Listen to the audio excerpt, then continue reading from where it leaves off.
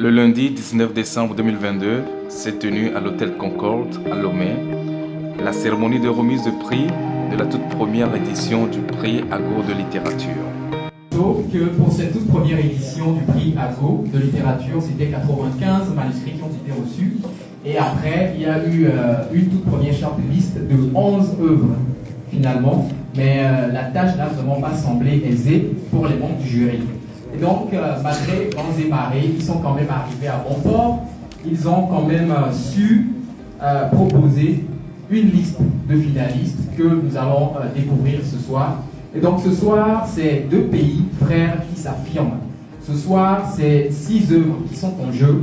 Ce soir, c'est 6 candidats qui sont en lice pour le tout premier trophée du prix Ago de littérature. Mais vous vous demandez certainement quels sont ces 2 pays frères qui s'affirment ce soir. Vous vous demandez certainement c'est quoi ces œuvres qui sont en jeu.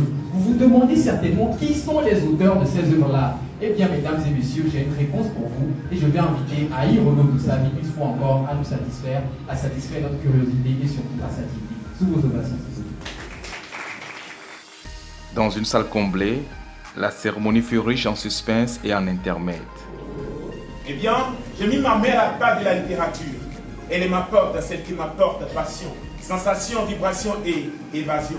Accro à la drogue des lettres, je deviens un pro du verbe. J'étudie les figures de style comme des proverbes entre vocabulaire et grammaire. Moi, je suis un grand fan de culture générale. La conjugaison, mon lieutenant, ils sont générales. Peu à peu, je deviens précis dans le français. Demande à Panam, Aya, ou Aya, mon précis de français. Sur ce flanc, je suis franc balater. C'est juste un coup franc de mots. Je suis un patriote de la littérature. Entre elle et moi, c'est une forte histoire de code.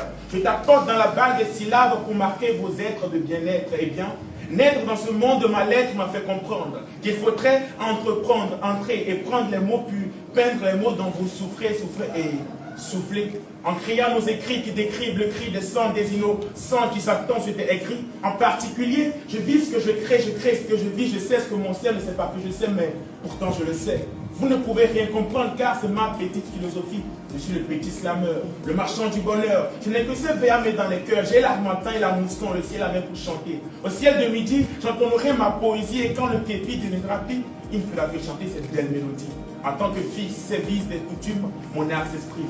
Je suis un jeune slameur, chanteur de charme, chanteur ou peut-être marchand et porteur de bonheur.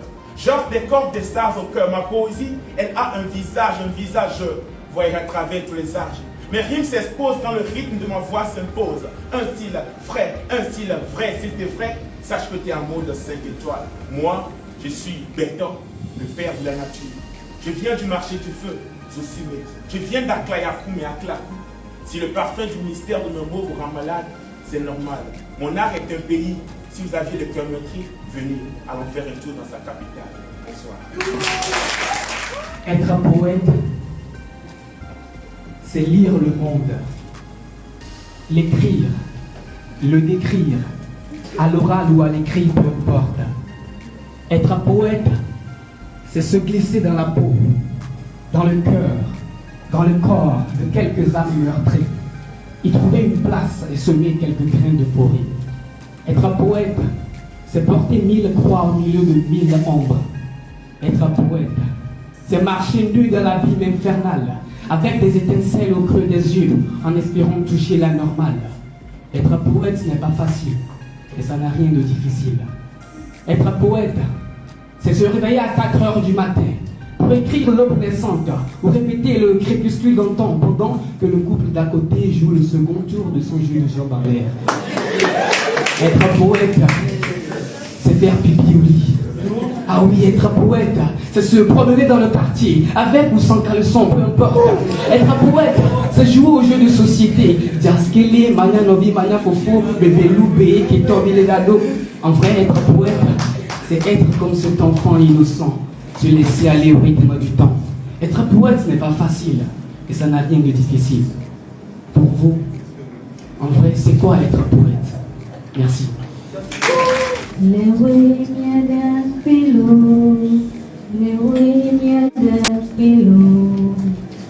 Il est temps que la terre règne, cette vie rebelle deviendra belle et nous chanterons en chœur.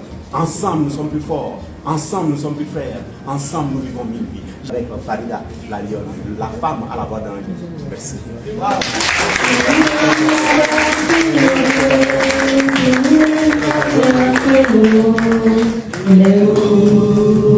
Merci à vous. Et des 6 finalistes, voici le lauréat. Donc, le premier nous vient d'un pays de l'Afrique de l'Ouest.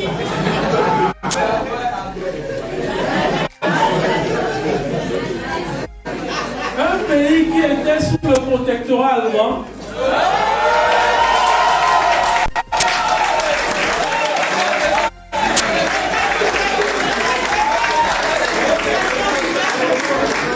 Un pays dont le territoire a été arraché aux Togolandes. Je n'ai pas compris. Le premier nous vient du Bénin.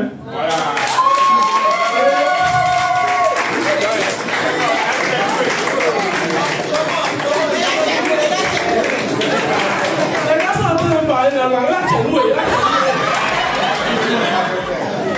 Le premier nous vient du Bénin. Non, il ne faut pas encore venir. Il ne faut pas encore venir. Son œuvre, c'est l'enfant du vendredi. L'enfant du vendredi. Angelo Orecan avec le roman L'enfant du vendredi.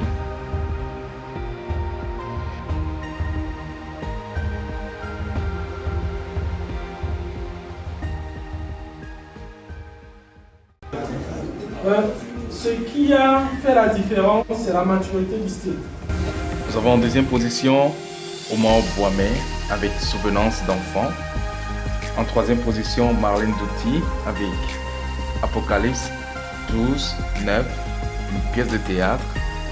En quatrième position, Sadley Fiat Lux avec Les minorités de 2057. En cinquième position, Constant Bognon avec Les tambours divins. Et en sixième position, Kudosu Fioclou avec Ces larmes d'Afrique, un recueil de poèmes. Merci à tous les acteurs, promoteurs, organisateurs, sponsors, concurrents, participants, publics, bref, tous ceux qui, de près ou de loin, nous ont fait confiance. On se dit donc à l'année prochaine pour la deuxième édition. À vos plumes.